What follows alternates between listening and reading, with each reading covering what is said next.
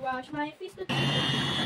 Oops, bago nga yan, samahan niyo muna akong i-unbox itong aking mini chopper from Samono. Dahil kumakain na nga ang aking baby bunso, ay kailangan ko talaga nitong blender para nga sa paggagawa ng kanyang puree. May kasama na nga pala itong parang maliit na spatula, meron din itong warranty card, at syempre hindi mawawala ang manual. Glass itong kanyang pinaka-bucket, merong 6 blades at talaga namang nanlalaban. Tingnan nyo naman, hindi lang basta mga prutas at gulay ang mabiblend dyan, baka pati karne mablend dyan. At eto naman ang pinaka-motor. Para sa hapunan ng aking baby bunso, nagpakulo lang ako nitong patatas at saka carrots. Non-slip nga pala ito dahil meron itong parang goma sa pinakailalim nitong glass. Tingnan nyo naman at ang ganda nga ng result ng pagkain ni baby at puree talaga siya. Walang cut yan ha. Best purchase nga pala itong Samono mini chopper na to. Kaya kung gusto mo din ito para sa baby mo at hindi ka na mahirapan sa paggagawa ng pagkain niya, click the yellow basket.